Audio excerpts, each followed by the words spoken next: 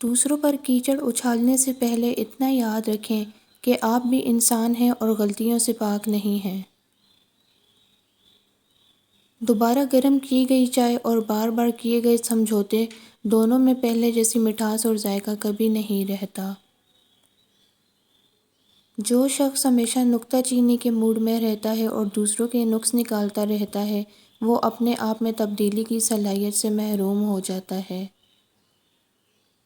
لوگ اسلام سے امپریس ہو کر بھی اسلام کے پاس آئیں گے اور دنیا سے ڈپریس ہو کر بھی اسلام کے پاس آئیں گے، کیونکہ بلندیاں بھی یہیں سے ملیں گی اور دوا بھی یہیں سے ملے گی۔ زندگی میں ہمیشہ خود پر ڈیپینڈ کرنا چاہیے، خود سے توقعات لگانی چاہیے۔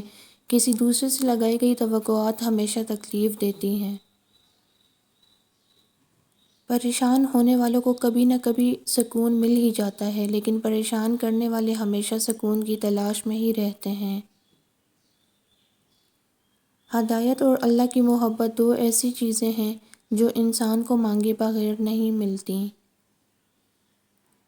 حضرت علی: تمام رشتوں میں سب سے کمزور رشتہ تمہارے جسم اور تمہاری روح کا ہے، نہ جانے کس وقت اور کہاں ٹوٹ جائے۔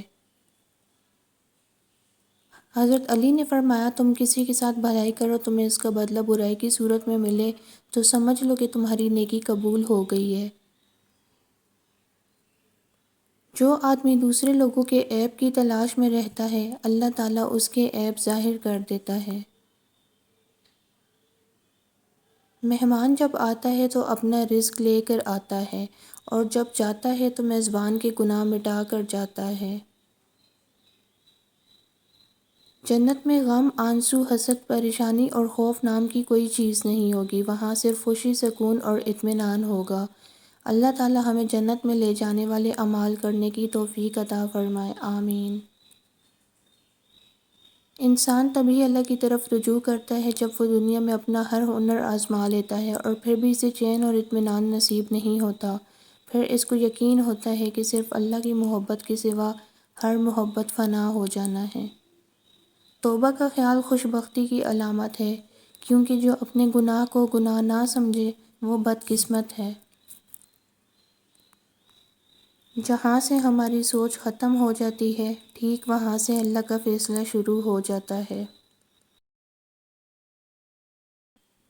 صبر کرنا سیکھ لیں، اللہ سب جانتا ہے، وہ جانتا ہے کہ آپ کب کب کن وقتوں سے گزرے ہیں، اور اللہ وقت بدل دیتا ہے کیونکہ تبدیلی کائنات کا اصول ہے۔ دلوں کو صاف کر کے جینا سیکھو، معافی مانگنے میں پہل کرو، معاف کرنے میں پہل کرو، اللہ دنیا میں ہی تمہارے لیے جنت کی ہوائیں چلائے گا۔ انتظار کرنا مشکل نہیں، لیکن اگر انسان کو پتہ ہو کہ اسے انتظار کے بعد وہی ملے گا جس کے لیے اس نے صبر کیا، اور اگر وہ نہ ملے تو بے شک اللہ پاک نے اس سے بھی بہتر چیز کو اس کے لیے چنا ہوگا۔ اکڑ تب تک چلتی ہے جب تک پکڑ نہیں ہوتی، اور میرے رب کی پکڑ بڑی سخت ہے۔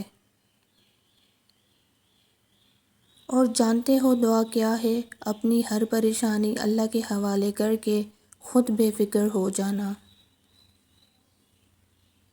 چیزیں وقتی ہوتی ہیں، ٹوٹ جاتی ہیں، رویے دائمی ہوتے ہیں، صدیوں تک اپنا اثر چھوڑ جاتے ہیں۔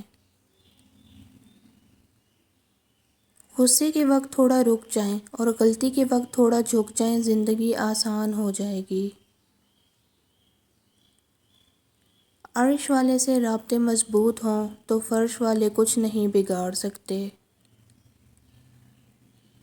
ہمیشہ جوڑنے کی کوشش کیجیے، توڑنے کی نہیں۔ دنیا میں سوئی بن کر رہیے، کینچی بن کر نہیں، کیونکہ سوئی دو کو ایک کر دیتی ہے اور کینچی ایک کو دو کر دیتی ہے۔ خوش رہیں، خوشیاں بانٹیں۔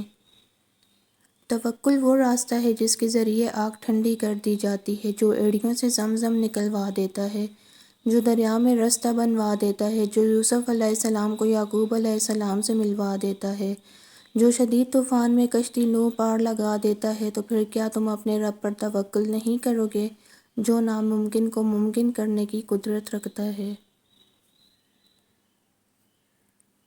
درخت اپنا پھل خود نہیں کھاتے، دریا خود اپنا پانی نہیں پیتا، پتہ ہے کیوں؟ کیونکہ دوسروں کے لیے جینا ہی اصل زندگی ہے۔ کیوں اداس ہے اے انسان، تجھے وہی ملے گا جو تیرے لیے بہتر ہے۔ تباہی اور بربادی ہے ایسے تمام لوگوں کے لیے جو انسانوں کو طعنے دیتے رہتے ہیں اور ان کے عیبوں کی تلاش میں لگے رہتے ہیں۔ اچھا دوست چاہے جتنی بار روٹھے اسے ہر بار منا لینا چاہیے، کیونکہ تسبیح کے دانے چاہے جتنی بار بکھریں چن لیے جاتے ہیں۔ حضرت علی نے فرمایا ہمیشہ سمجھوتا کرنا سیکھو، کیونکہ تھوڑا سا جھک جانا کسی رشتے کو ہمیشہ کے لیے توڑ دینے سے بہتر ہے۔ اگر آپ کو ہماری ویڈیو پسند آئی ہے تو ویڈیو کو لائک اینڈ شیئر ضرور کریں، چینل کو ضرور سبسکرائب کریں۔ ملتے ہیں نیکسٹ ویڈیو میں، تب تک کے لیے اللہ حافظ۔